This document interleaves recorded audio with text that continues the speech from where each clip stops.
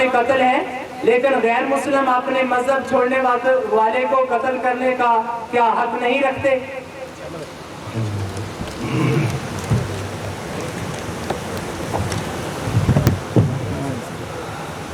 قاضی حضرات، بہت سے سوالوں کا آپ کا مجھ پہ حق ہے، اور انشاءاللہ تعالی العزیز آپ کے تجسس کی ہر ساتھ میرے لیے قیمتی ہے. And I am bound to answer all the inquiry you have in your minds. مگر آج ایک المیہ یہ واقعہ ہوا تھا کہ رات مجھے شدید بخار اور اس کی وجہ سے صبح میں آنے بھی نہیں تھا. آپ کی محبتوں نے مجھے یہاں تک تو پہنچا دیا. یہاں سے رخصت کسی اور عالم میں نہ کیجیے. اور یہ جو آپ نے پوچھا کہ محبت عطاس سکھاتی ہے، لباس اور ظاہری صورت میں رسول رحمت کی اطاعت ماڈرن دور میں ضروری ہے کہ نہیں؟ خاتم حضرات، بات تو یہ بالکل درست ہے، مگر اس زمانے میں کوئی لباس اور کوئی ظاہری صورت قائم ہی نہیں تھی.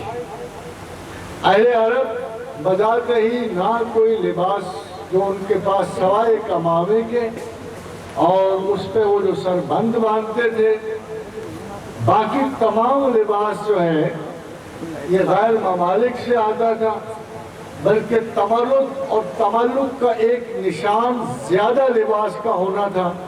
اسی لیے اگر آپ ایک حدیث لمبے پانچوں کے گرنے پر دیکھیں گے، اس کی وجہ بھی یہ تھی کہ جب سرداران عرب چلتے تھے تو ایرانی امراء کی طرح ان کے پیچھے، اس کو ٹرین کہتے ہیں، ٹرین، وہ پیچھے جو لباس ہوتا ہے جسے غلام بچے اٹھایا کرتے تھے. تو اگر غور کیا جائے تو عرب معاشرے میں اس وقت تمام تر لباس جو ہے اس وقت کے زیادہ متمدن ملکوں کا رائج تھا.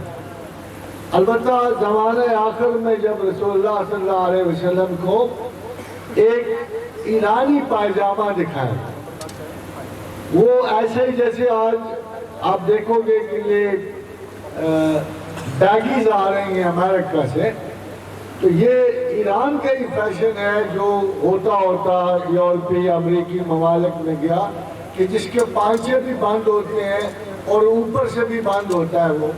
تو جب یہ رسول اللہ صلی اللہ علیہ وسلم کو دکھایا گیا تو آپ نے فرمایا کیا اچھی پردے کی چیز ہے، مگر پہنا نہیں، یا اس وقت شاید موقع نہیں بنا.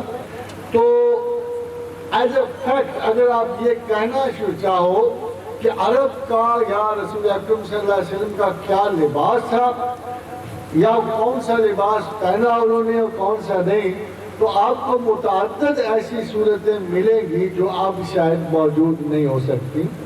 تہمت بھی باندھا آپ نے، یعنی سر ننگے بھی رہے، سروں پہ انہوں نے ڈھانپا بھی اس کو، اور چادریں بھی پہنی، پیوند بھی لگے، قیمتی ترین جو ہے یمنی چادریں بھی آپ نے پہنی. تو بقول امامان اہل سنت کے یہ کہنا بڑا مشکل ہے کہ رسول اللہ صلی اللہ علیہ وسلم کا کوئی فیشن مستقل تھا لباس کا، ایسا نہیں تھا. بلکہ جو بھی اس وقت کی سوسائٹی میں البتہ ریشمی لباس سے پرہیز کیا، بلکہ ایک دفعہ جب حضرت عمر فاروق رضی اللہ تعالیٰ عنہ کو دے دیا تو رسول حضرت عمر نے کہا کہ آپ تو منع فرماتے ہیں مرد کے ریشمی لباس پہننے سے. فرمایا میں نے یہ تھوڑی کہا کہ پہنو، اس کے بیس کو، اس کے پیسے لے.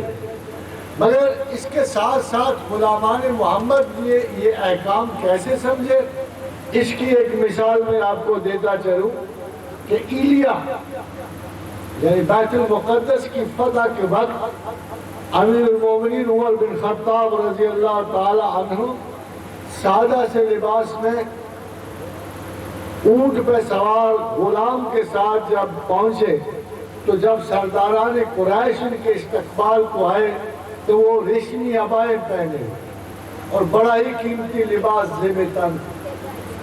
تو حضرت عمر نے بہت برا منایا، حرام و حلال میں نہیں گئے، برا منایا اور کہا کہ بہت جلد تم نے طریق عجم اختیار کر دی.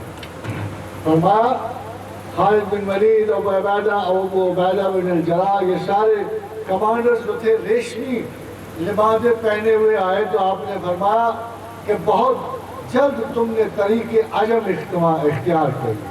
تو حضرت خالد نے آبا کھولی، نیچے ہتھیار بندھے ہوئے تھے، چاق و چوبند اپنے فوجی لباس میں تھے، کہا کہ امیر المومنین ہم اپنے فرض سے غافل نہیں ہیں۔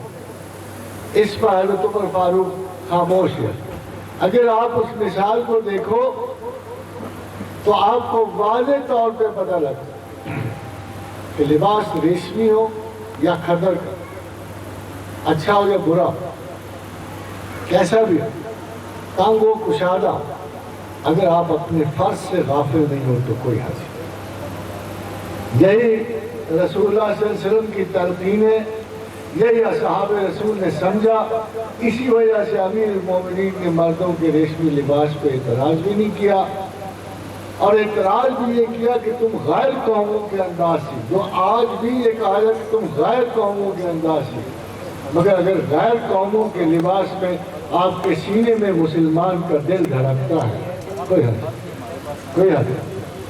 بلکہ بعض اوقات پوری دنیا پہ ایک ایسی ہم آہنگی ہوتی ہے جس کی تاریخ کے ہم گواہ نہیں ہوتے۔ مثلا پینٹ مسلمانوں نے انگریزوں کو دی، ٹائی مسلمانوں نے دی، اب چونکہ مدتیں گزر گئی ہم انہیں واپس ہی لے سکتے، مگر جو ٹائی لگاتا اس کو آپ مجرم گنتے ہو، جو پینٹ پہنتا اس کو آپ مجرم گنتے ہو۔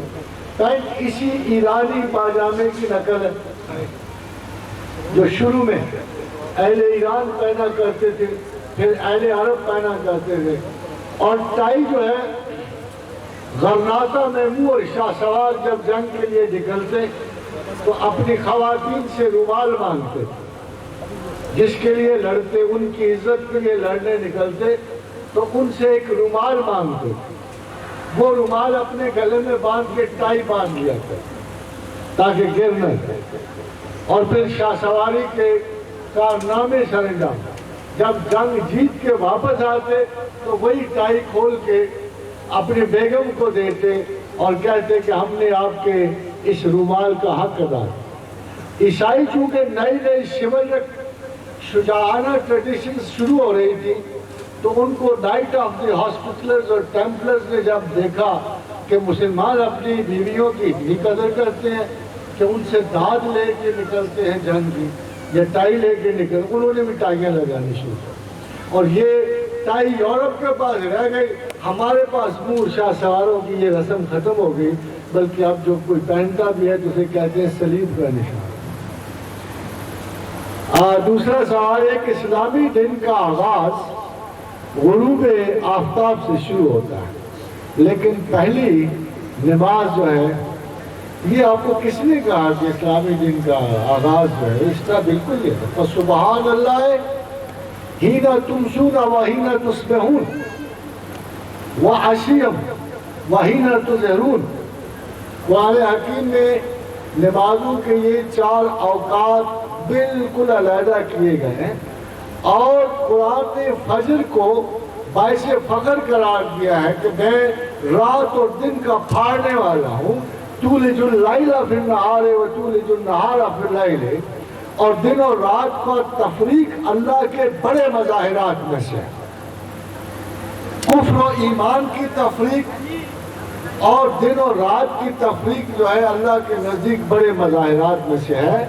مغرب کے بعد قطعاً اسلامی دن شروع نہیں ہوتا، آپ کو کسی نے غلط فہمی میں ڈال دی، بلکہ حدیث رسول صلی اللہ علیہ وآلہ وسلم ہے جب سے یہ آپ کا انگریزی سن شروع نہیں ہوا تھا، دن کے دوپہر 12 بجے تک دن چینج ہو جاتا ہے۔ اور ابھی بھی ہمارے پاس ایک حدیث موجود ہے کہ جو تسبیح آپ رات کو نہ کر سکو دن کے 12 بجے تک اگر پوری کر لو تو وہ اسی دن میں شمار کی۔ اس لیے اوقات کے، اور یہ اوقات مستقل بھی نہیں، اگر آپ یہ کہو کہ یہ اوقات مستقل ہے، رات کو 12 بجے اگر دن کا شروع کرنا دوسرے دن کا، یہ مستقل نہیں ہے، یہ انسانوں نے اپنی سہولت کے لیے ایک کیلنڈر بنا رکھا، اگر آپ نہیں چاہتے ہو تو نہ چاہو. باقی رہی 2 نماز، اللہ تعالیٰ نے مغرب کو مغرب پہ ختم کر دیا، دن کو مغرب پہ ختم کر دیا. آپ کو اچھی طرح یاد ہے کہ یہ حدیث کہ خدا وتر ہے اور وتر کو پسند کرتا ہے. اگر ہم دن کی نمازوں کا اندازہ کریں تو عشاء ان میں بالکل نہیں آتا، کیونکہ عشاء کا علیحدہ وتر ہے اور دن کی نمازیں مغرب سے وتر ہوتی ہیں. اس لیے خدا مغرب تک دن کو بالکل ختم کرتا اور پھر رات طلوع ہوتی ہے. مگر اگلے دن کا اجراء دن اور رات کے طلوع و غروب کا نہیں ہے، بلکہ جو سسٹم آپ مان رہے ہو اس وقت، آپ کو سکہ رائے کے وقت ماننے سے کوئی حرج نہیں ہوتا. یہ ہماری ضدوں کی باتیں نہیں ہیں. جو چیز اس وقت ساری دنیا کے لیے باعث سہولت ہے، ہمارے پاس بھی باعث سہولت ہے. اگر مسلم دنیا کا کیلنڈر قمری ہوتا اور ہم بھی اس کے کارآمد ہوتے تو یورپ کو ادھر آتے ہوئے کیلنڈر بدلنا پڑتا، کیونکہ ہمارا کوئی مستقل سسٹم نہیں ہے، نہ ہم اس کو فالو کرتے ہیں. اس لیے پوری دنیا پہ جو وقت ہے، نہ میرا نہ آپ کا، وہ سوئٹزرلینڈ کا وقت ہے جو وہاں گھڑیال لگا ہوا ہے، اس کا وقت ہے. وہ نہ میرا ہے نہ آپ کا. وہاں جو کلاک پڑا ہوا ہے اس کے توسط سے ساری دنیا کی گھڑی درست ہے.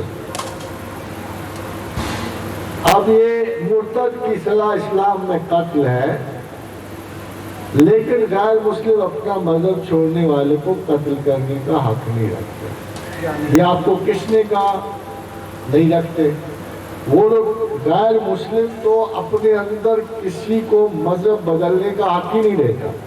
اسپین میں یورپ ایک آرگنائزیشن مذہبی شروع ہوئی تھی جس کا نام انکویزیشن تھا، انکوائری.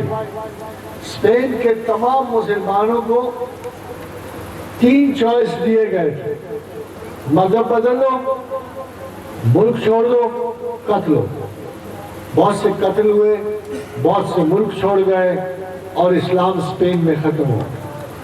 آج تک جہاں یورپی اقوام موجود ہیں وہ اس طرح ٹالرنس نہیں شو کرتی جیسے مسلمانوں نے شو کیا، بلکہ جب بھی کوئی بڑا المیہ درپیش ہوا، رشنز نے اپنی مملکت میں مسلمانوں کو حد الوسع ختم کرنے کی کوشش کی. اسی طرح کرسچنز نے اپنی مملکت میں مسلمانوں کو مکمل ختم کرنے کی کوشش کی. صرف اسلام ایسا مذہب ہے جہاں دوسرے مذاہب قائم رہے اور آج تک قائم رہ رہے ہیں. باقی مرتد کی سزا کیوں کرتا ہوں یہ آپ کو سوچنا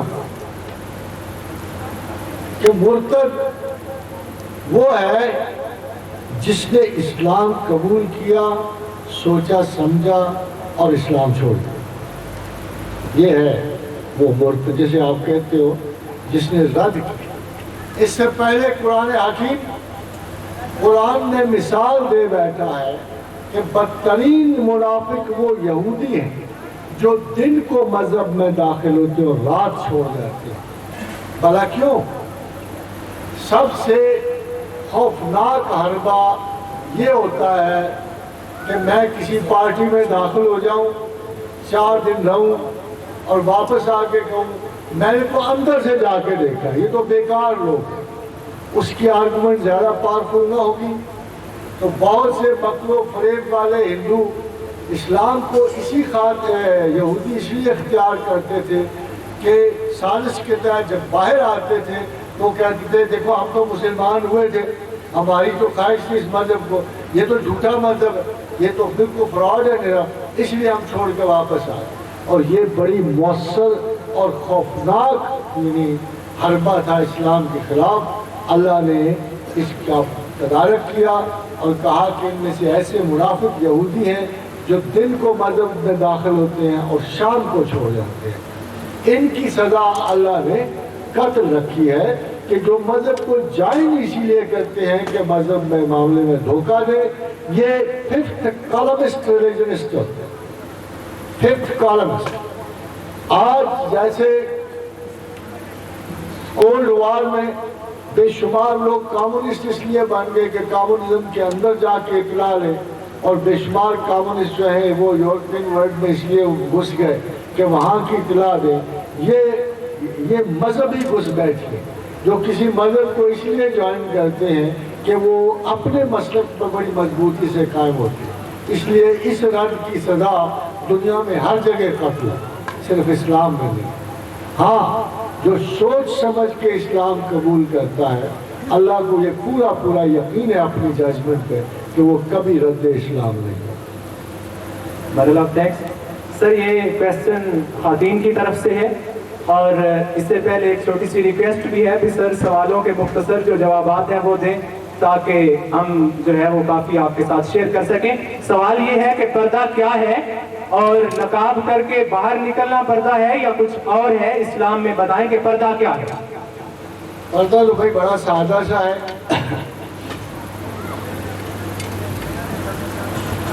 نقاب تو پردے میں بڑی مشکل سے ہی شامل ہوتی ہے، کیونکہ مسلمان عورتیں اس وقت کھیتوں میں کام کرتی تھیں، مزدوریاں کرتی تھیں، ورکنگ وومن تھی مدینہ میں۔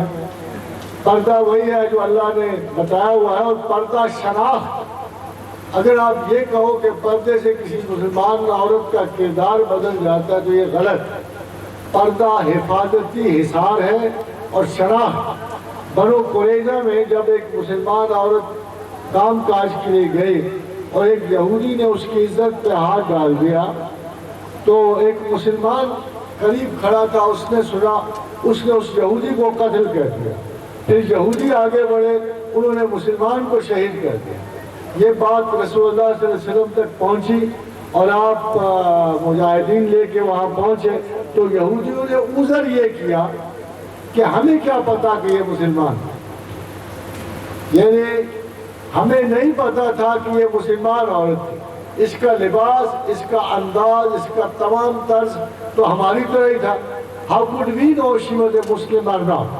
تو خادم حضرات اس وقت اللہ تعالیٰ نے یہ جو پردے کی آیات اتاری، یعنی سر ڈھانپنا اور گریبان ڈھانپنا، یہی علامت ہے مسلمان عورت کے پردے کی، اور اسی سے وہ پہچانی جاتی ہے کہ وہ مسلمان عورت۔ باقی آپ نقاب میں کیا جدتیں کرتے ہو یہ آپ کا وصف ہے، عورتیں ہیں فیشن کے لیے۔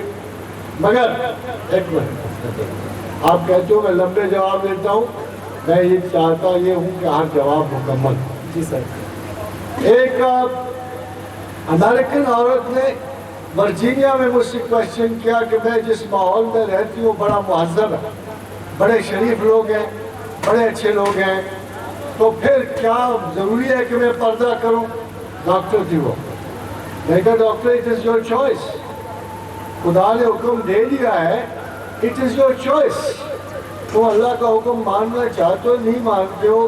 مگر ایک فرق مجھے بھی لگتا ہے، وہ فرق یہ ہے کہ اگر تم باقی لیڈیز کے ساتھ دور کھڑی ہوگی اور میں دور سے آؤں گا تو مجھے تم علیحدہ نہیں لگو گی، مجھے تم کرسچن ہی لگو گی یا کوئی اور قوم کی لگو گی۔ مگر اگر تم نے حجاب پہنا ہوا ہے تو مجھے تم مسلمان لگو گی، اور میں دور سے پہچان جاؤں گا کہ یہ مسلمان عورت ہے۔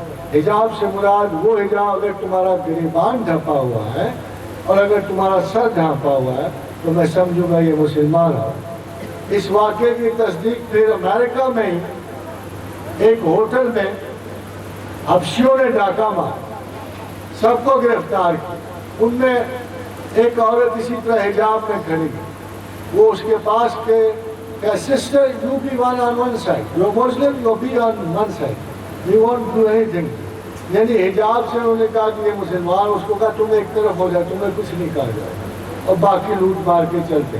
ڈاکو مسلمان حیا کر۔ سر آگے کویسچن ہے کہ معلم کائنات صلی اللہ علیہ وسلم کے ارشاد گرامی کا مفہوم ہے کہ حروف مقطعات کا علم اللہ ہی جانتا ہے۔ سنا ہے آپ حروف مقطعات کے معنی و مطالب میں تبع آزمائی کر رہے ہیں، خلفائے راشدین اور اسلاف امت نے ان کے بارے وضاحتیں نہیں فرمائی، کیا یہ مسلم امت کے دکھ کا مداوع ہے یا کوئی سائنسی علم ہے یا ایٹم بم ہے جس سے عالم کفر لرزہ برندام ہوگا؟ بہت خوبصورت بڑی مناسب بات کی، پہلی بات ذرا غلط کی۔ بھائی بات تو یہ ہے کہ ہر چیز کا علم اللہ ہی کو ہے، اور اگر اللہ کسی کو عطا کر دے تو آپ اس سے زبردستی کرو گے؟ تو دین تو سب اللہ کی ہے. یہ تو کسی کا کوئی دعویٰ مناسب نہیں ہے کہ یہ میرا علم ہے یا میں نے اسے حاصل کیا ہے. زندگی ادھار، سانس ادھار، حرکات ادھار، عمل ادھار، سارا کچھ ہی اللہ کی طرف سے ڈکٹیٹڈ ہے. تو اگر میرے پاس کوئی تھوڑی بہت شناخت ان حروف کی موجود ہے تو وہ میری تو نہیں ہے، وہ بھی اللہ کی عطا کردہ. باقی یہ کہ ان پر توا آزمائی ہر دور میں ہوتی رہی. بڑے بڑے اساتذہ نے اس پہ زور مارا، حتیٰ کہ بڑے بڑے اساتذہ نے دعویٰ کیا، معاف کرنا جھوٹا دعویٰ کیا کہ ہمیں یہ آتا ہے. بڑے بڑے اساتذہ نے یہ دعویٰ کیا اور جھوٹا دعویٰ کیا.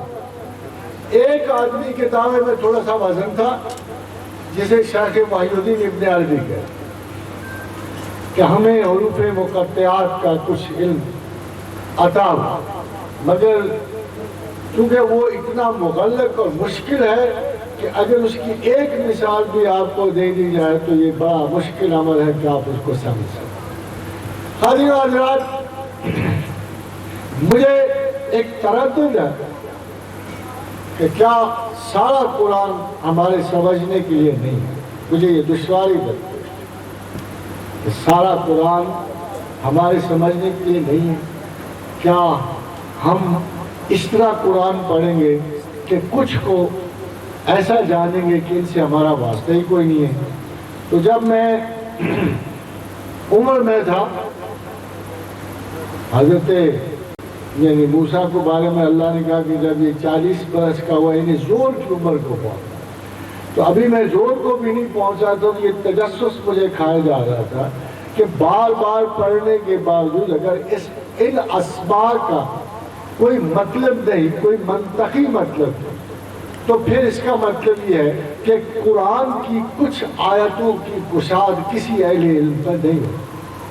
یہ نہیں کہ پہلے اہل علم نے حضرت ابن عباس نے اس پر تھوڑی سی روشنی ڈالی تھی کہ یہ صفات الہی کو پریزنٹ کرتی ہے، مگر مجھے وہ ظاہر ہے کہ ایک چھوٹی سی آپ وضاحت سے تو قائل نہیں ہو سکتے.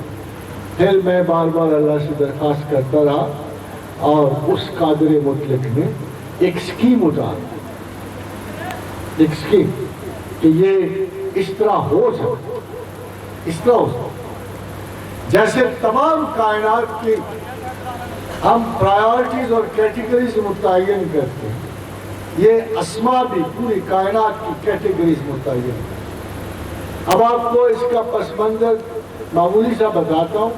بہت بڑی بحث ہے کہ رسول اکرم صلی اللہ علیہ وسلم حضرت علی کرم اللہ وجہ نے پوچھا حضرت عمر سے، حضرت عمر نے حضرت علی سے پوچھا کہ یا علی، یہ کیا ہوتا ہے کہ کچھ لوگ بڑے متقی اور پرہیزگار ہوتے ہیں مگر ہمارے دل ان کو نہیں جاتے، اور کچھ لوگ ویسے ہی لفنگے سے اوٹ پٹانگ سے ہوتے ہیں مگر ہمارے دل ان کو بڑے مائل ہوتے ہیں. حضرت علی کرم اللہ وجہ نے کہا امیر المومنین، یہ مسئلہ تو مجھے بھی درپیش تھا، تو میں نے رسول اللہ صلی اللہ علیہ وسلم سے یہ پوچھا کہ آخر یہ کیا مسئلہ ہے. حضور نے فرمایا کہ اللہ نے جب جنود السماوات پیدا کیے اور ارواح کے لشکر پیدا کیے تو کچھ کی کچھ کے ساتھ محبت ٹھہرا دی اور کچھ کی کچھ کے ساتھ مخالفت ٹھہرا دی. پھر جب وہ زمین کو آئیں گے تو وہ موانست اور وہ مخالفت جاری رہے گی، مگر سوال یہ ہے کہ ہم کیسے سمجھیں گے. تو یہ ان اسماء کی مخالفت ہے جن کے تحت وہ پیدا ہوتے ہیں اور ان اسماء کی موانست ہے جن کے تحت پیدا ہوتے ہیں. یہ پہلا کلو تھا. اس کے بعد رفتہ رفتہ اس علم کو میں نے عجیب و غریب پایا. مگر ایک بات میں آپ کو بتا دوں، یہ میں ہمیشہ سے کہتے چلا آیا ہوں، کیونکہ میں نے کسی سے کوئی چیز ادھار نہیں لی.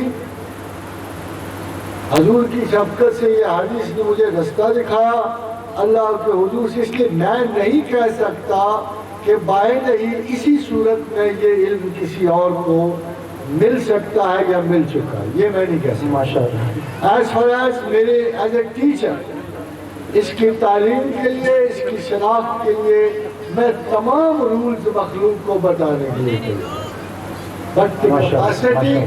But the capacity to understand is very, very different.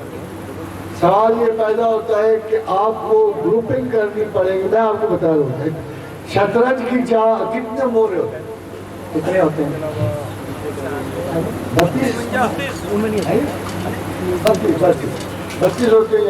ہوتے ہیں. 56 کہہ رہے ہیں. 32 مگر جب یہ موومنٹ ہوتی ہے، موومنٹس، تو یہ 1 بلین سے زیادہ ہے. اسما ہے 14. اگر آپ غور کریں مشکل کہاں پڑتی ہے؟ اسما صرف 14. جب ان کی آپس میں انٹر مکسنگ ہوتی ہے تو یہ بلینز اور بلینز میں چوائسز چلے جاتے. اس علم میں غلطی نہیں ہوتی، استاد غلطی کرتا. کوئی بندہ پرفیکٹ نہیں ہوتا، کوئی بندہ شناخت کے مکمل پہلو پر حاوی نہیں ہوتا. اس لیے یہ کہا جا سکتا ہے as a teacher I don't take pride in any specialty, مگر اس کو میں ایگزیبٹ کرتا ہوں. آپ کہیں گے تو یہاں اس محفل میں کسی شخص کو ایگزیبٹ کر دوں. علم وہ نہیں ہوتا جو چھپ کے خفیہ طور پر رکھا جائے یا تعویذوں میں لپیٹا جائے. علم وہی ہے جو ہر گلی کوچے میں جس کا استعمال ہو، ہر جگہ جس کا استعمال ہو. آپ جہاں بھی کہیں گے میں اس کو ایگزیبٹ کر دوں گا. بٹ اگر آپ یہ کہو کہ اس کے اصول، اس کے تمام جزیات میں آپ کو بتا سکوں، it will be impossible for me. آپ کی اپنی ایفرٹ ہے کہ آپ کتنی شناخت رولز میں نے بتائے بھی ہیں، بلکہ لاسٹ سالانہ لیکچر میں اب بھی بتا سکتا ہوں. اور بلکہ وہ اگر آپ لیکچر دیکھ لیں تو آپ کو سمجھ بھی آ جائے گی. اس میں بہت سارے اصول میں نے وضاحت سے بیان کیے ہیں. اگر اللہ نے چاہا اور آپ میں سے کوئی ایسا حروف شناس نکلا تو انشاءاللہ تعالیٰ مستقبل میں اسے یہ بھی علم حاصل. Bundle of thanks. سامعین عرض کرتا چلوں کہ پروفیسر احمد رفیق اختر صاحب کی بکس مقدمۃ القرآن، کشت زربار پس حجاب، بس تو کشاد اٹھتے ہیں حجاب آخر، اور دیگر جو جتنی آپ کی کتب ہیں وہ اسٹال پر ہیں، اور اس کے بعد آپ یہ ساری چیزیں ان میں لکھی ہوئی ہیں. بہرحال جتنے سوالات ایزیلی کیے جا سکتے ہیں ہم عرض کر رہے ہیں. کویسچن ہے سر نیکسٹ کہ گفتگو کا عنوان تھا اسلام اور 21ویں صدی مستقبل کے بارے میں، جبکہ آپ کی سپیچ جو تھی وہ ماضی پر مبنی تھی. اس بارے میں پلیز. ایسا تو نہیں تھا. میں نے آپ سے کہا کہ انسان نہیں بدلا. انسان جو پہلی صدی میں تھا اب بھی ویسا. اسلام جو قبل از مسیح تھا انسان وہ بھی اب بھی انسان. تو 21ویں یا 20ویں صدی اس کو فرق نہیں ڈالتا. تہذیبوں کے تصادم سے فرق نہیں ڈالتا. سوال تو یہ ہے کہ آپ کیوں حکمران تھے، کن عادات کی وجہ سے، اگر خوار ہیں تو کیوں ہیں، ان کی وجہ سے. یہ وہ باطنی چینجز ہیں جو ہم نے آنی چاہیے. فار ایگزامپل ہمارا صدر زمینی حقائق کی بات کرتا، میں نہیں کر سکتا. مجھے آسمانی حقائق کی بات کرتا. مجھے یقین نہیں آتا جب میں یہ واقعات پڑھتا ہوں. حضرت ابو موسیٰ اشعری نے فرمایا کہ ہم جنگ حنین کے لیے نکلے. ہمارے پاس ایک اونٹ تھا، ہم 7 تھے، ایک اونٹ، باری باری اس پہ سواری کرتے. ہمارے پاس 2 نیزیں، 2 تلواریں تھیں، باقی ہم نے بانسوں پہ لوہے کی چپکڑیاں ٹھوک رکھی، اور پیدل چلتے چلتے ہمارے پاؤں جھلس گئے. پھر ہم نے اپنے گریبان اتارے اور پاؤں پہ ہم نے بال دیے. اس طرح ہم حنین کی جنگ میں داخل. یہ زمینی حقائق تھے. اب آپ خود سوچئے کہ ان پہ ہمیں یقین ہے. We don't believe it. ہاں شکر ہے ایک معمولی سی طبقے نے، مسلمانوں کے ایک چھوٹے سے گروہ نے، کل ابھی حزب اللہ نے اسرائیل کا غرور توڑا تو مسلمانوں کو تھوڑا حوصلہ تو ہوا نا کہ ہم زمینی آسمانی حقائق والے لوگ بھی زمینی حقائق کو بدل رہے. یہ تھوڑا سا ابھی افغانستان میں اگلے برس تک جب عوارے کا بچ کے نہیں جا سکتا. افغانستان کی تاریخ انشاءاللہ نیٹو بھی نہیں بچ کے جا سکتا. یہ تاریخ میں نہیں. لوگ تاریخ سے سبق نہیں لیتے. ایک ایک مرے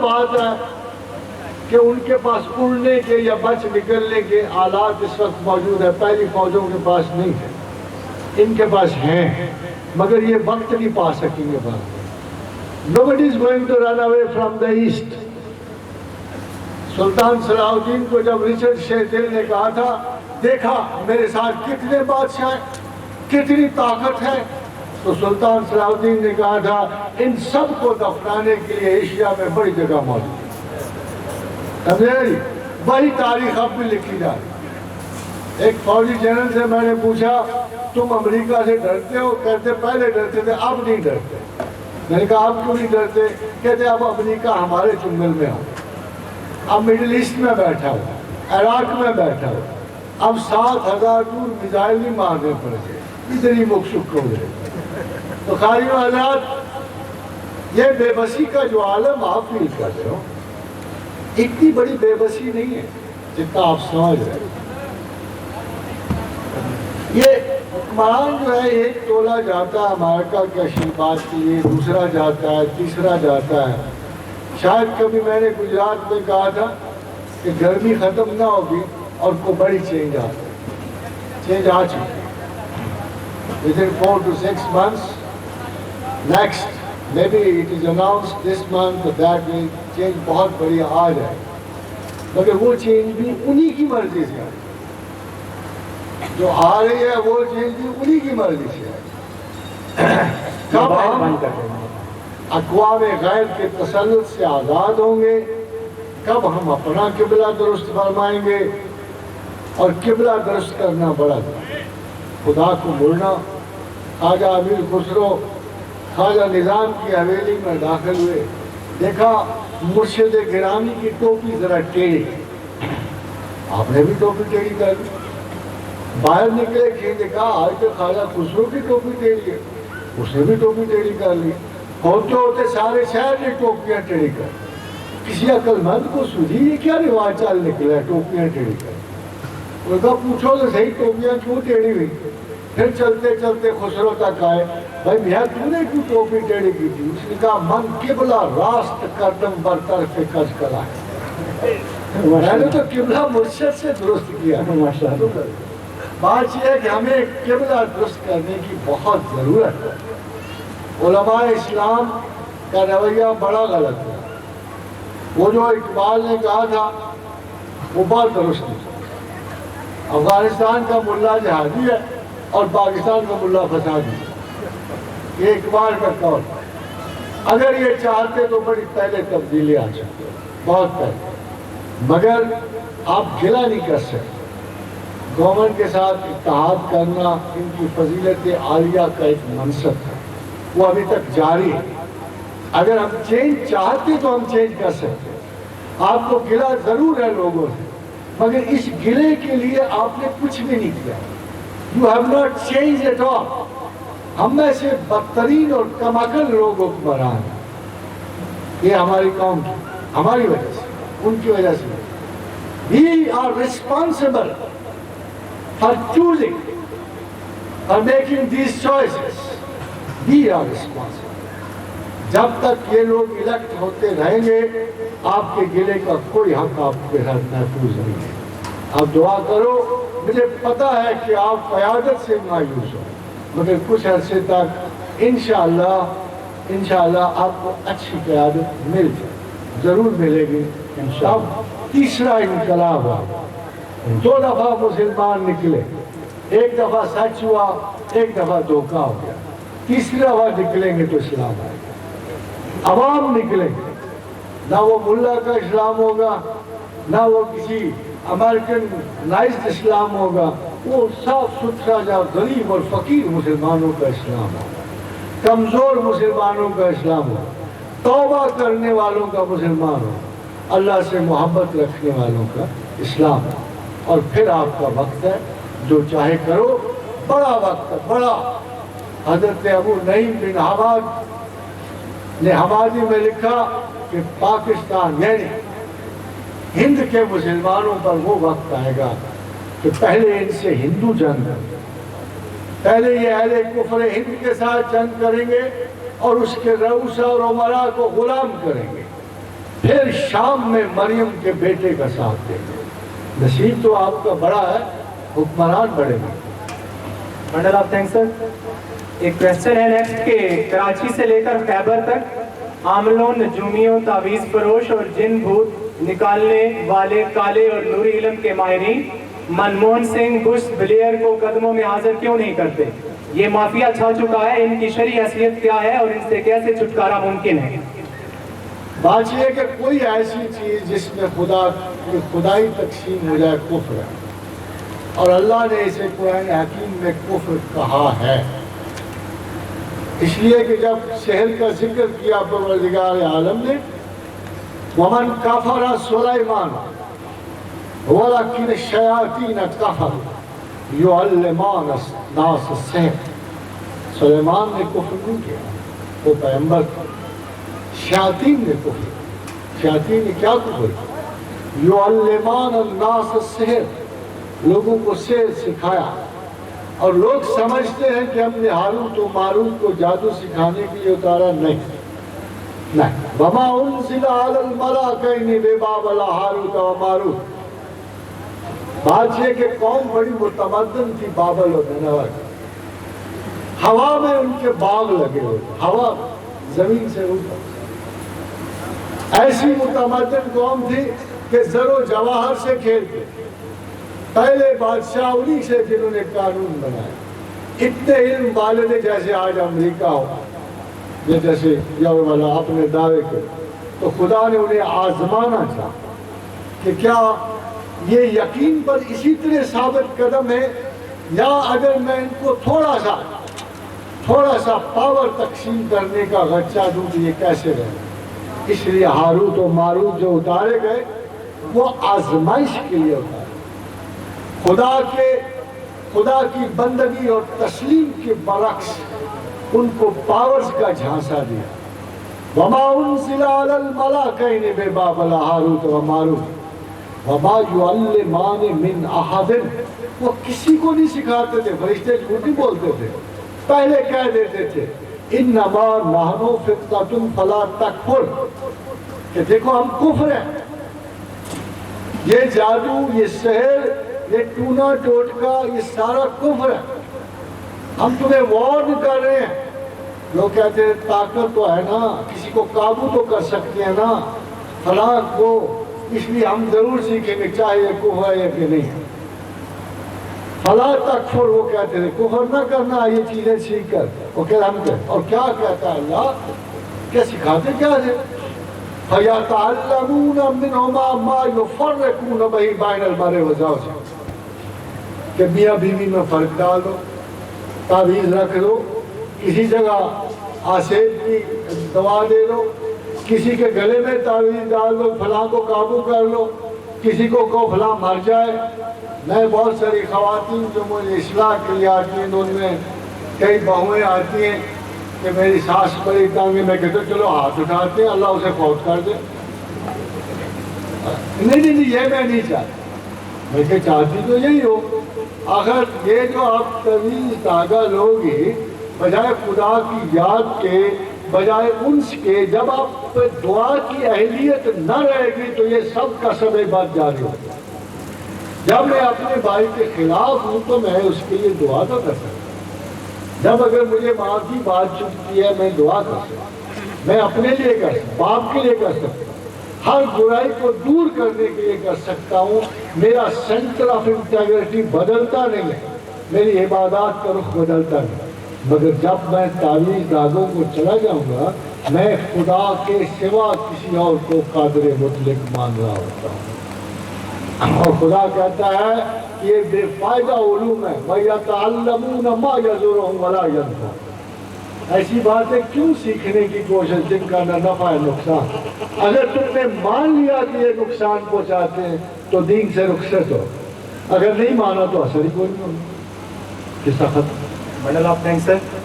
یہ کویسچن ہے کہ اسلام میں داڑھی کے متعلق کیا حکم ہے؟ جتنے پیغمبر آئے کوئی بھی بغیر داڑھی کے نہیں تھا۔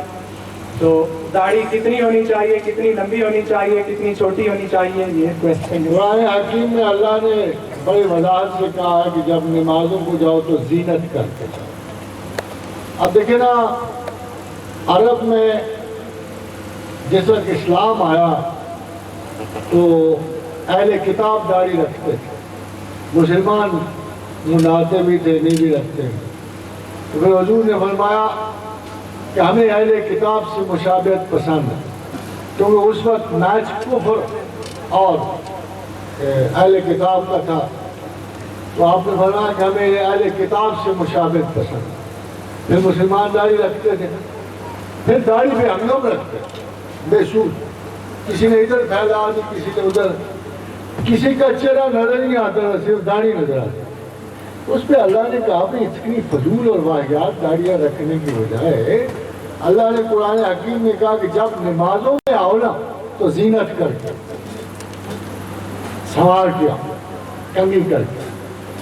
بلکہ حضور گرامی مرتبہ جتنی پرٹیکولر تھے اپنے بالوں کی یا داڑھی کی زینت کے بارے میں کہ وہ ہمیشہ سر پر تیل لگاتی, تیل کے اوپر پھر ایک باریک کپڑا رکھتے اور اس کے اوپر امامہ باندھ تاکہ تیل سے میرا خراب نہ ہو جائے امامہ. He was very particular, اتنا نفیس انسان. یہی بات ان کا داڑھی کے معاملے میں تھا. مگر مجھے نہیں سمجھ آتی کہ یہ بے ہنگم و بے خروش داڑیاں کہاں سے ہو گئی. Honestly, if somebody doesn't look good in beard, مجھے داڑھی بہت پسند ہے, مگر میں اگر داڑھی میں کسی کو بدصورت دیکھتا ہوں تو مجھے نہیں اچھا لگتا. ہر چیز میں, مرد میں بال جو, اب جانور کوئی بھی آپ دیکھ لو, اس میں کسی کی کلری, کسی کے عیال کے بال, کسی کے دوسرے, یہ اس کے تمرد کی نشانی, اس کی ایگزیبٹس, اس کی نشانی ہے. اب اگر وہ نشانی جو ہے آپ سنبھال کے نہیں رکھتے, اب ڈپریشن میں داڑیاں رکھیں گے, ریئیکشن میں داڑیاں رکھ لیں گے, فکسیشن میں داڑیاں رکھ لیں گے, یہ داڑیاں کو زیادہ سوٹ بھی نہیں کرتی, یہ گروہی علامات بن جاتی. کوئی وقت تھا کہ ہم مرضے کو اس کی داڑھی سے پہچانتے, پھر ہم نے جماعت کو داڑھی سے پہچاننا شروع کیا. یعنی جب کوئی داڑھی کسی کا سمبل بن جائے, پہچان بن جائے, گروہی پہچان بن جائے, تو اس میں دین کی علامت نہیں رہتی. یہ قرآن کا حکم, ان الذین فرقوا دینہم, جن لوگوں نے اپنے اپنے دین میں فرق کیا, وَكَانُوا شِيَعًا, اور وہ گروہ بن گئے. گروہ بننے کے مطلب ان کی علامات ڈیولپ ہو گئی کہ یہ علیحدہ گروہ ہیں. لَسْتَ مِنْهُمْ فِي شَيْءٍ, اے پیغمبر تو ان میں نہیں ہے, تو نہیں. جملہ جو مسلمان ہے, اب دیکھنا یہ ہے کہ یہ جو میرے سامنے 80% مسلمان بیٹھا ہے, اس کو مسلمان کہا جا سکتا ہے کہ نہیں؟ کیا صرف داڑھی والے کو مسلمان کہا جا سکتا ہے یا ان کو بھی مسلمان کہا جا سکتا ہے؟ تو حضور گرامی مرتبہ صلی اللہ علیہ وآلہ وسلم تشریف فرما تھے, فرمایا کہ زمانے آخر میں بنو افرا کی حکومت ہو, بلو آئیڈ لوگ ہیں. فرمایا صاحب نے, یا رسول اللہ کیا مسلمان بہت کم ہوں گے؟ ان کو تو خیال تھا ہم تھوڑے سے ہیں تو دنیا پہ چھا گئے. تو پوچھا کیا مسلمان بہت کم ہوں گے؟ فرمایا نہیں, مور و ملخ کی طرح. خاتم حضرات, یہ مور و ملخ بغیر داڑھی, داڑھی والے تھوڑے ہیں نا, 1000 میں سے 20, 50, 100 میں جو اللہ نے جس کو امت قرار دیا وہ یہ بے داڑھی ہے سر, جن کو کہا یہ مور و ملخ کی طرح ہوں گے, کروڑوں میں ہوں گے, اربہ ارب میں ہوں گے. تو فرمایا, صاحب نے پوچھا یا رسول اللہ پھر کیوں شکست کھائیں گے؟ کہا ان پہ دنیا غالب ہو. یہی بات ہے نا آپ سب پر, ہم پہ دنیا غالب ہے نا, اس لیے امت رسول ہونے کے باوجود ہم ہیں انہی کی امت. بقول رسول اللہ صلی اللہ علیہ وآلہ وسلم, میجورٹی ان کی امت, small parties are not his امت. اور ہم پہ دنیا غالب, ہم جنہیں انصاف سے, جنہوں نے کل دنیا کو بدلنا ہے, ہم جنہیں خدا نے اپنی امت کہا، ہم جنہیں اللہ اور رسول سے محبت میں مسابقت کرنی ہے، ہم نے اس دنیا کو بدلنا ہے، ہم پر ابھی دنیا غالب ہے، امریکہ کے ویزے غالب ہیں۔ جی اور بات جی سر، یہاں لکھا ہوا ہے کہ آیا ہے کہ ہم نے مانا کہ تغافل نہ کرو گے، خاک ہو جائیں گے ہم تم کو خبر ہونے تک۔ ہمارا سوال بھی سنیے۔ کون سا بات ہے؟ سوال ہے جی کہ الف لام میم ذالک الکتاب لا ریب فیہ ھدی للمتقین، قرآن پاک صرف متقی کو ہدایت دیتا ہے، اگر انسان متقی ہو چکا ہو تو مزید کون سی ہدایت قرآن پاک عطا کرتا ہے؟ بہت خوب، بہت اچھا سوال۔ میں ایک آپ کو حضرت علی کرم اللہ وجہ سے کسی نے پوچھا کہ سنا یہ ہے کہ آپ لوگوں کے پاس کوئی زائد قرآن ہے، تو اہل بیت کو زیادہ آیات دی گئی؟ فرمایا رب کعبہ کی قسم، ایک ایک لفظ، ایک ایک سطر، ایک ایک جملہ وہی ہے جو تم پڑھتے ہو، مگر یہ کہ ہمیں فہم قرآن زیادہ ہے۔ قرآن فہم کیا چیز ہے؟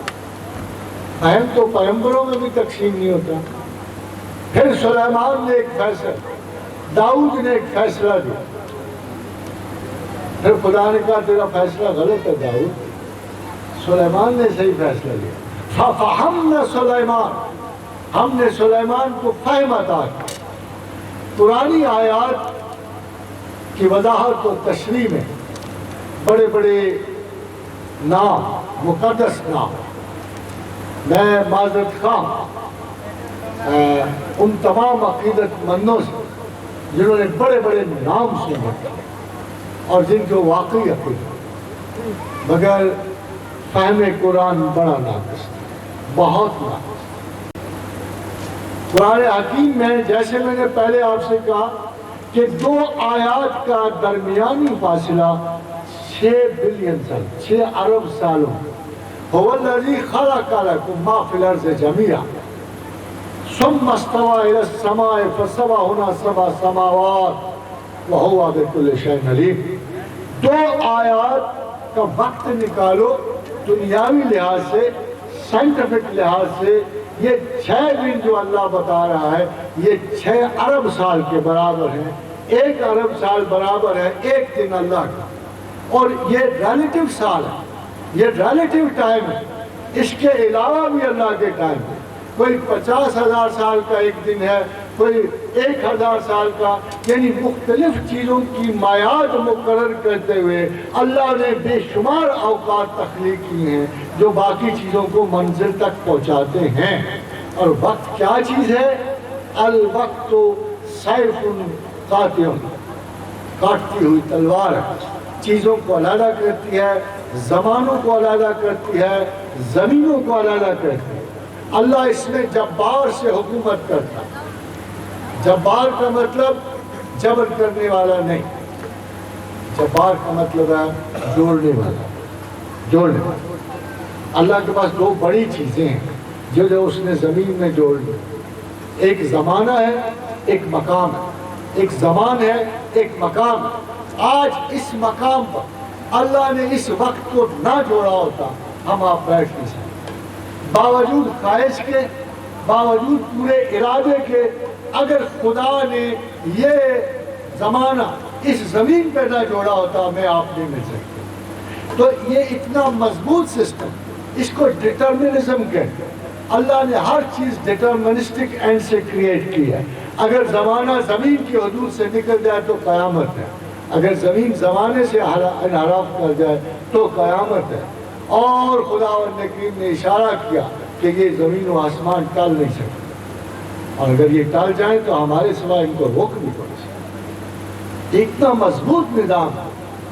اب اس نظام کے تحت اب پھر ذرا اس آیت کو پڑھنا، اسی زمان و مکان کے تحت الف لام میم۔ افسوس یہ ہے کہ سوال میں عادت نہیں آئی کہ سوال کیا رہا ہے۔ الف لام میم ذالک الکتاب لا ریب فیہ، اس کا مطلب یہ ہے خدا انویٹیشن دے رہا ہے، خدا انویٹیشن دے رہا ہے امریکن اسکیپٹک کو، انگریز اسکیپٹک کو، مسلمانی سیکولرسٹ کو، دعوے دار جو ہیں عقل کے، رسل کو، وٹ کانسٹائن کو دعوت دے رہا ہے، پروفیسر وائٹ ہیڈ کو انوائٹ کر رہا ہے، نیٹشے اور فشتے کو انوائٹ کر رہا ہے کہ آؤ تو ذرا ذالک الکتاب لا ریب فیہ، اس کتاب میں کوئی شک نہیں۔ You are skeptics, philosophers, you are thinkers, آؤ اس کتاب میں شک نکال دو، غلطی نکال دو، تم پھر بھی انسان رہو گے ہزار غلطیوں کے باوجود، میری غلطی نکلے گی تو میں خدا نہیں رہ سکتا۔ ماشاءاللہ، غلطی نکال دو، بچ جاؤ گے مجھ سے، میرے تصور سے بچ جاؤ گے، قرآن سے بچ جاؤ گے، خالق قرآن سے بچ جاؤ گے۔ ایک غلطی نکالو، انوائٹ میں کر رہا ہوں شک کرنے، اور شک کرو، الف لام میم ذالک الکتاب لا ریب فیہ، اس میں کوئی شک نہیں ہے تو نکالو، مگر جب شک نکل جائے تو ہدی للمتقین، پھر تم ہدایت کا۔ سر یہ نیکسٹ کوشچن ہے کہ sir what's your opinion about Darwin's theory? Darwin بہت شریف آدمی تھا، بڑا محنتی سائنسدان تھا، بڑی جد و جہد کی، خدا کو ماننا نہ ماننا ہمارے لیے کوئی معنی نہیں رکھتا، ہمارے لیے یہ بھی معنی نہیں رکھتا کہ کوئی انسان کس وقت کیا تحقیق کر رہا ہو، اپنے وقت میں سارے لوگ مسلسل جد و جہد کرتے ہیں۔ ڈارون اپنے نظریے میں ارتقا کے جس کانسیپٹ تک پہنچا اس میں بڑی معقول باتیں دیکھی، کم از کم ڈارون کے اس نظریے سے انحراف نہیں ہو سکا کہ سپیشیز اپنی اپنی ڈیوائیڈڈ ہے، بلکہ جب میں قرآن حکیم پڑھتا ہوں تو مجھے خیال آتا ہے کہ ڈارون نے قرآن کی اس آیت کو ایکسپلین کیا، وَمَا مِن دَابَّةٍ فِي الْأَرْضِ وَطَائِرٍ يَطِيرُ بِجَنَاحَيْهِ إِلَّا أُمَمٌ أَمْثَالُكُمْ، کہ زمین پر ایسا کوئی ذی حیات نہیں ہے اور آسمانوں میں ایسا کوئی پرندہ نہیں اڑتا جو تمہاری طرح امتیں نہ ہوں۔ And this is what he has done, classified. He has classified کہ تمام چیزیں منسلک، ان کے انصاب ہیں، ہر چیز اپنے جد امجد سے جڑی ہوئی ہے، اس میں وہ آگے جا کے چمپینزی اور انسان کو جوڑتا، وہ کہتا ہے کہ بیسیکلی انسان ایک اینیمل ہے اور اس اینیمل کا وہ شجرہ نسب جدا کرتا ہے ایپ سے۔ اب دیکھیے وہ پہلے کہتا ہے کہ فائلم ورٹیبریٹ، یہ بڑی تقسیم ہے، وہ تمام جن کی ریڑھ کی ہڈیاں پہلے انسان ان میں آتا ہے، یہ فائلم ورٹیبریٹ میں سے، پھر وہ کہتا ہے سب فائلم کارڈیٹ، پھر اس بڑے دائرے کو چھوٹا کرو جو یہ کارڈیٹ میں آتا ہے جن کا بنیادی نروس سسٹم موجود ہے، پھر وہ کہتا ہے کلاس میملز، انسان ان جانوروں میں آتا ہے جو بچوں کو دودھ پلاتے ہیں، پھر وہ کہتا ہے فیملی ایپس، جہاں کے ساری گڑبڑ شروع ہو گئی نہیں، جب اس نے کہا انسان ایپس کی فیملی سے تعلق ہے، جیسے ایپس بیہیو کرتے ہیں انسان میں، کہا ڈارون بولا بوجھنا ہوں میں، کہا منصور نے خدا ہوں میں، ڈارون بولا بوجھنا ہوں میں، سن کے کہنے لگے میرے ایک دوست فکر ہر کس بقدر ہمت اوست، بات یہ ہے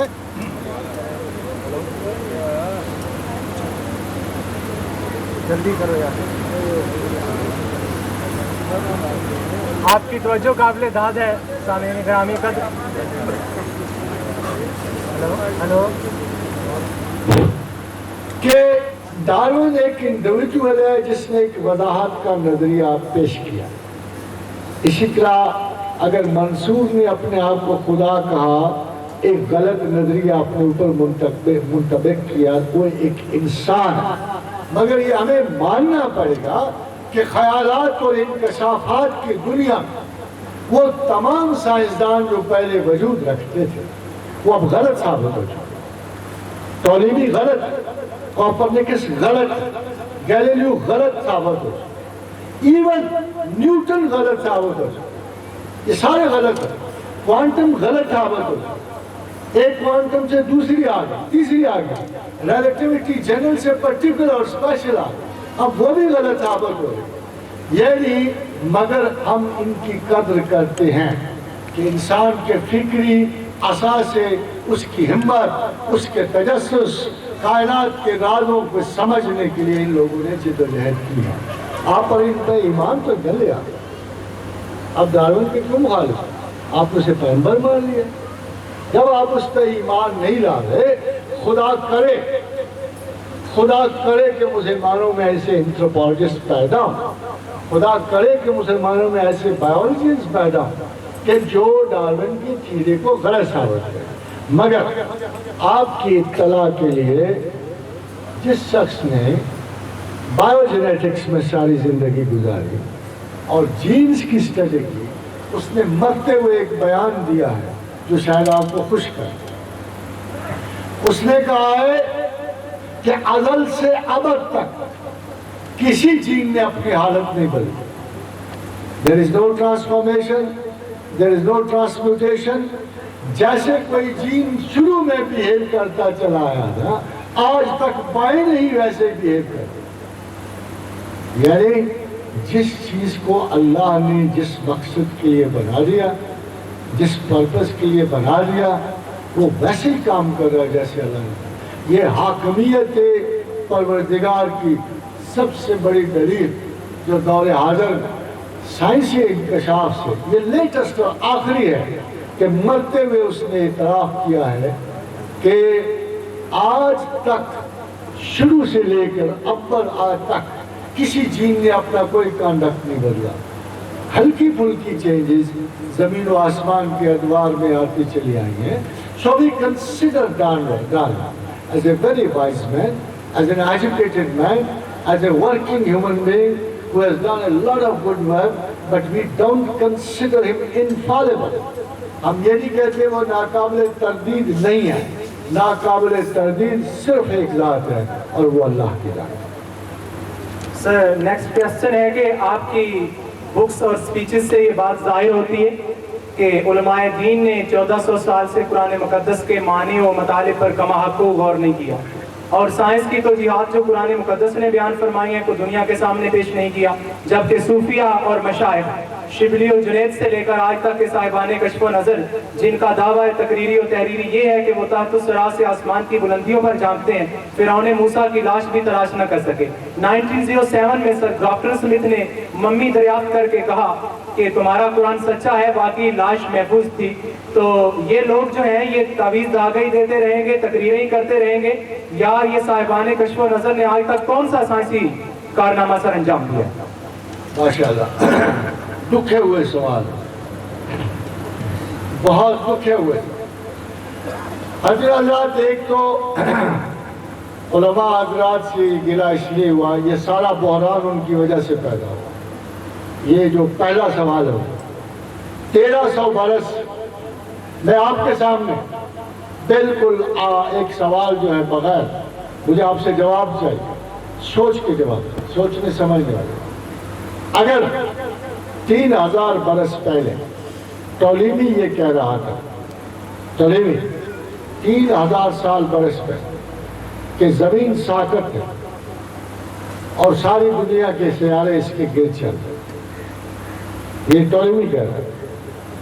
اس کے بعد 1542 میں کوپرنیکس آیا، وہ یہ کہہ رہا تھا کہ نہیں، سورج ساکت ہے اور سیارے اس کے ارد گرد چل رہے ہیں۔ بیچ میں قرآن آتا۔ کبھی آپ نے سائنس کی کتابوں میں قرآن کی رائے دیکھی؟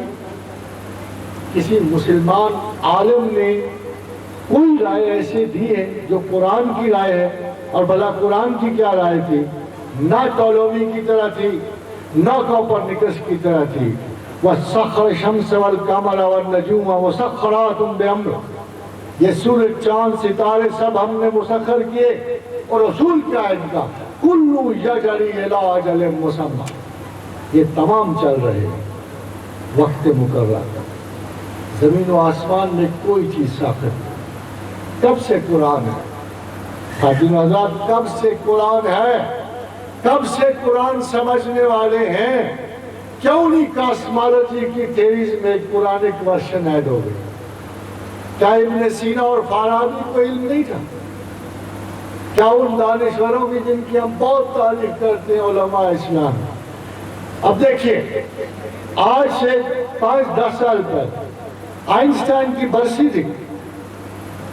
آئنسٹائن کی برسی کے موقع پر news weekly Times title report the the expanding universe of Einstein.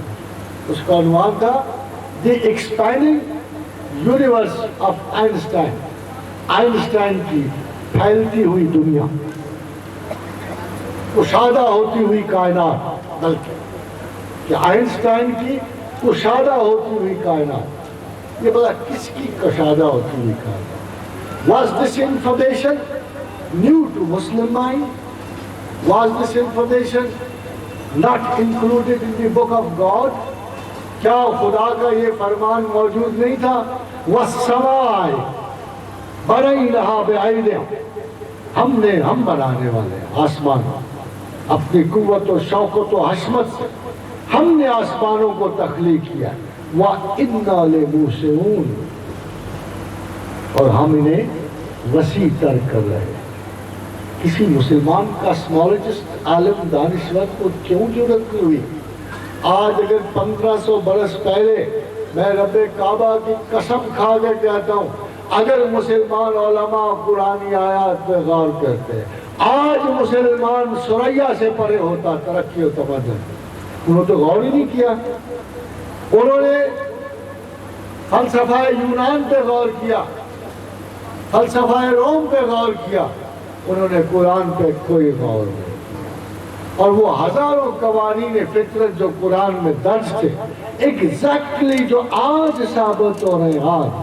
آج میں نے اپنے امریکہ کے سفر میں میرے پروفیسر کو مارٹن شیس کو کہا کہ we believe there are 7 universes and 7 earths. دیکھو یہ خیال مجھے کسی نے قرآن نے دیا. میں نے کہا we believe there are 7 universes and 7 earths. 7 آسمان ہیں اور 7 زمینیں. کہتے do you believe that؟ میں نے کہا yes we believe. ہمیں اللہ نے بتا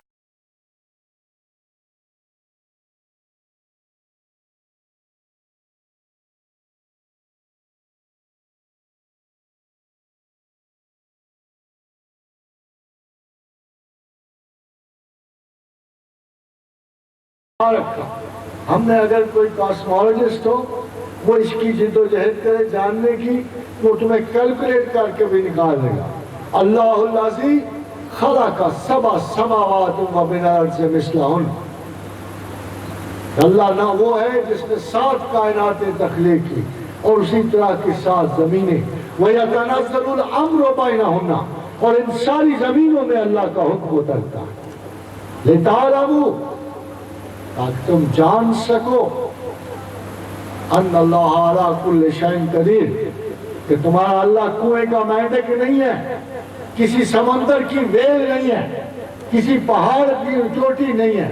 وہ کائنات بالا میں کائناتوں کو تخلیق کرنے والا اللہ.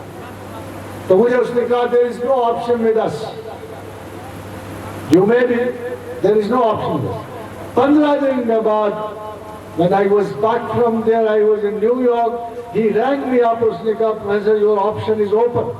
اب ببل یونیورسز اور ملٹی یونیورسز کے کانسیپٹس نکل آئے.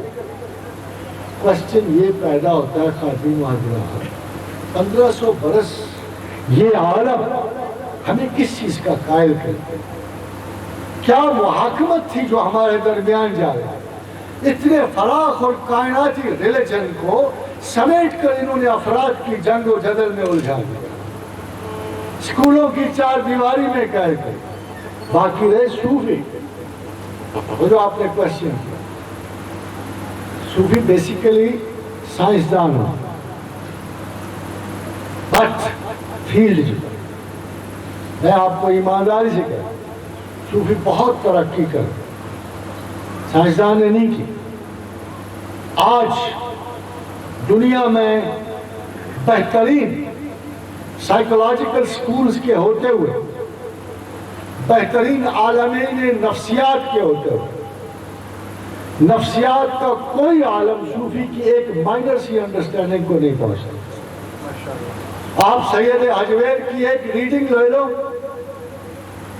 اور بڑے سے بڑے نفسیات دان کی لے لو، یونگ کی لے لو، ایڈلر کی لے لو، سر جیمز جوائس کی لے لو، کسی کی لے لو، آپ وہ اس صوفی کی ایک جو ججمنٹ ہے انسانی کریکٹر، اس تک کوئی نفسیات دان نہیں پہنچتا۔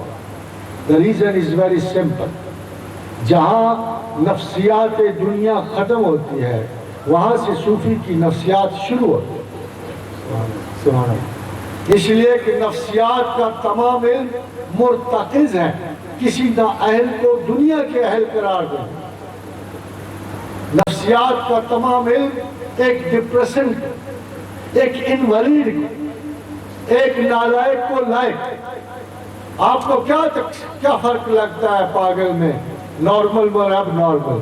اگر یہیں سے ایک آدمی اچھل کود شروع کر کے اٹھ کے تو آپ کہے گا یہ اب نارمل ہو، مگر جنرل بیہیویئر کے ہوتے ہوئے کوئی انسان اب نارمل نہیں ہوتا، مگر اب نارملٹی کے جو معیار اللہ کے پاس ہیں وہ نفسیات کے عالموں کے پاس نہیں ہے۔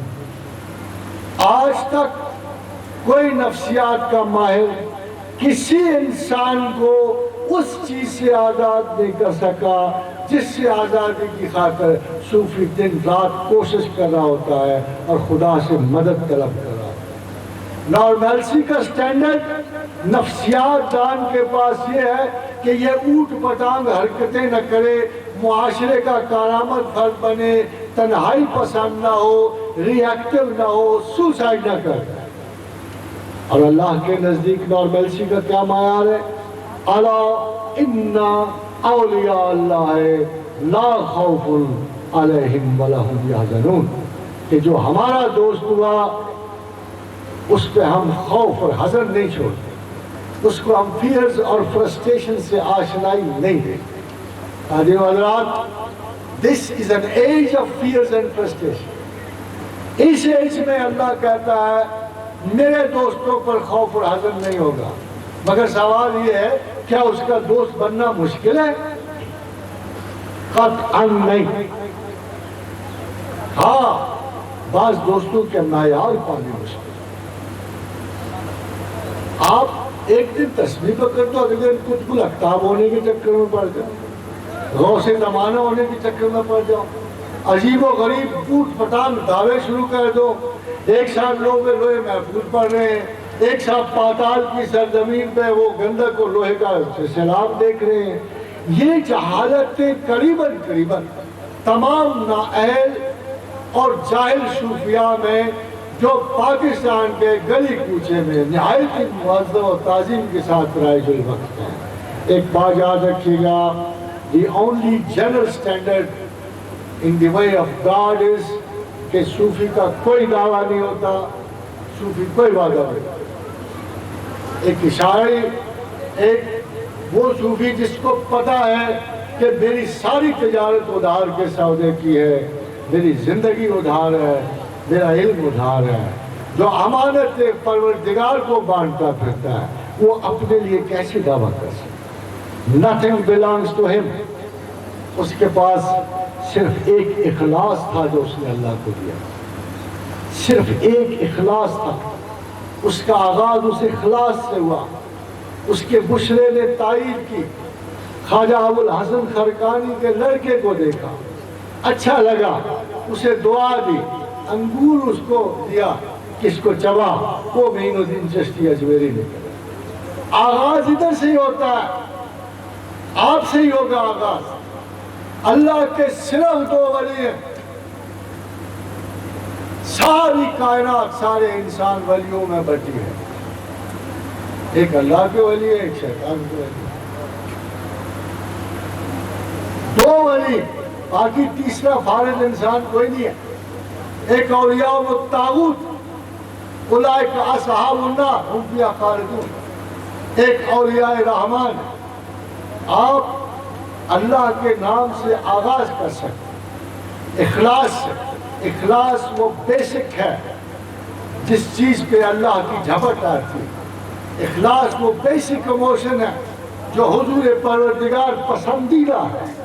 اللہ سے محبت اللہ کو پسندیدہ ہے، اللہ سے خوف اللہ کو پسندیدہ ہے۔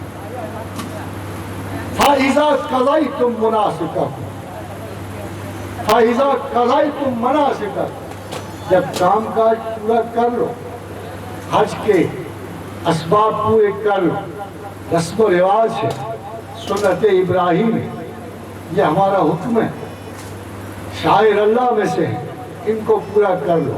فَاذْكُرُوا اللَّهَ،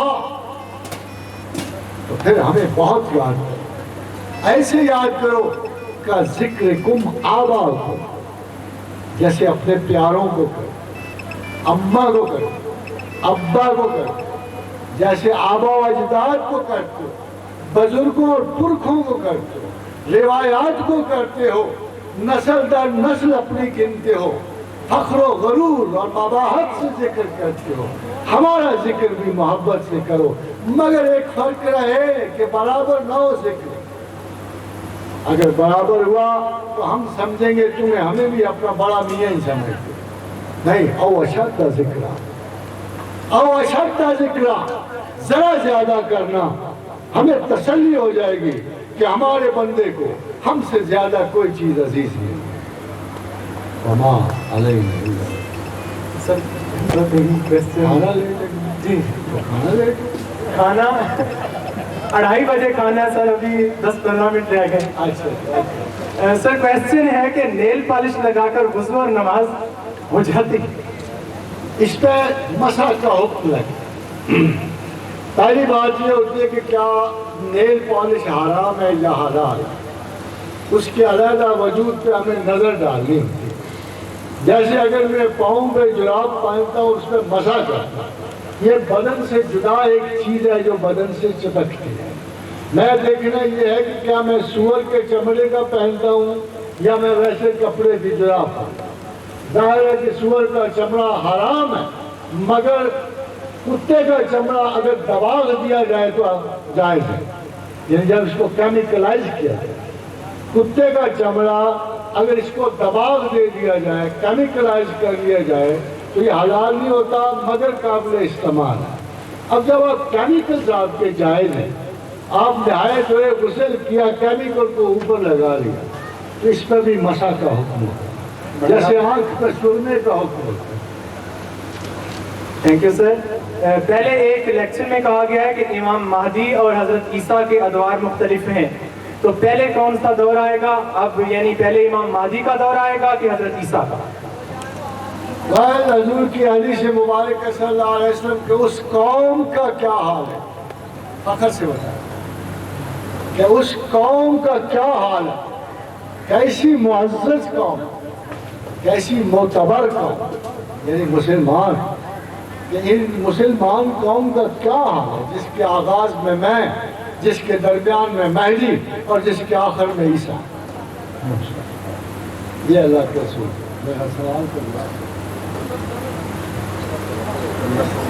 جی سر، کیا قائد اعظم کوئی اسلامی لیڈر تھے؟ کیا برے صغیر کی تقسیم انگریز کی پلاننگ کا حصہ نہیں تھی اور قائد اعظم نے اس کو پورا کیا؟ اچھا یہ آپ مجھے بتا دو، قرآن کہتا ہے کہ کافروں سے دوستی نہ رکھو، اہل کفر سے دوستی نہ رکھو، یہ تمہارے کبھی دوست نہیں ہو سکتے، اور پھر کہتے ہیں جو جیسا مزاج ہو ویسے دوستی رکھو۔ اب ہم دو بندے دیکھتے ہیں، ایک تو بظاہر مسلمان لگتا نہیں ہے مگر اہل کفر سے دوستی نہیں رکھتا، ان کے خلاف لڑتا ہے، مسلمانوں کی حمایت کرتا ہے، مسلمانوں کو ملک دے دیتا ہے، دوسری داڑیاں ہیں، مسلح ہیں، سرکاروں کے محرابوں کے نشان ہیں، مگر اہل کفر سے بڑی بنتی ہے۔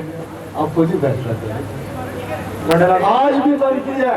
جی سر، ہاں جی سر، یہ لکھا ہے کہ الف لام میم را کی وضاحت فرما دیں، یہ آپ کے جو مونوگرام ہے وہاں پر بھی ہے اور یہ انتظامیہ نے بیٹھے آج ہے کہ رسول اللہ صلی اللہ علیہ وسلم کے پاس یہودی آئے، کہا اللہ نے آپ کو کیا عطا کیا؟ میں الف لام میم، کہا یہ ہوئے 70 سال، اور کیا عطا ہوا؟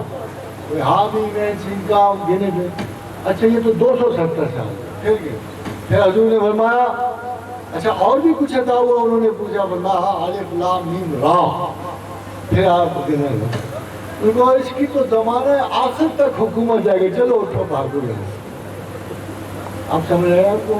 جسے ہمارا زمانہ آخر ہے، الف لام میم را جو ہے یہ زمانہ آخر ہے، اس میں را کی حکومت۔ سر یہ کویسچن ہے کہ بچوں کے نام کس طرح ہمیں رکھنے چاہیے؟ آپ ناموں کے بارے میں علم الاسماء کے ماہر ہیں۔ سب سے مستند بہتر نام وہ ہیں جو فتنے سے خالی ہیں اور جو اصحاب رسول کے زمانے میں اصحابیات کے تھے، کیونکہ یہ ایک حقیقت ہے کہ اللہ نے اپنے بندوں کو اس وقت عزت و حرمت سے نوازا۔ یہ حقیقت ہے کہ اس وقت کی عورتوں کو اللہ نے عزت سے نوازا اور قرآن میں ان کے ذکر کیے۔ انہی عورتوں کے نام بہتر ہیں جو پہلے آئے اور انہی مردوں، اور وہ بڑے خوبصورت نام ہیں۔